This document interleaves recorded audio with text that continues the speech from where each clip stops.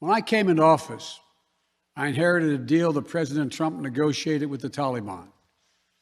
Under his agreement, U.S. forces would be out of Afghanistan by May 1, 2021, just a little over 3 months after I took office.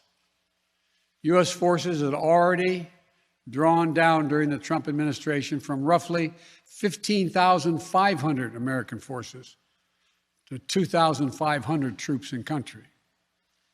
And the Taliban was at its strongest militarily since 2001. The choice I had to make as your president was either to follow through on that agreement or be prepared to go back to fighting the Taliban in the middle of the spring fighting season. There would have been no ceasefire after May 1.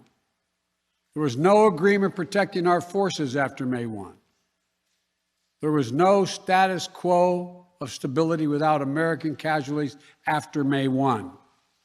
There was only a cold reality of either following through on the agreement to withdraw our forces or escalating the conflict and sending thousands more American troops back into combat in Afghanistan, lurching into the third decade of conflict.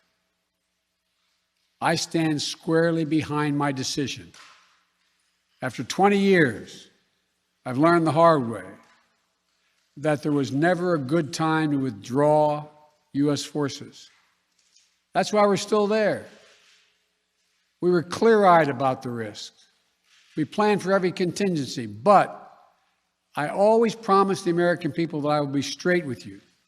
The truth is, this did unfold more quickly than we had anticipated. So what's happened? Afghanistan political leaders gave up and fled the country. The Afghan military collapsed, sometime without trying to fight.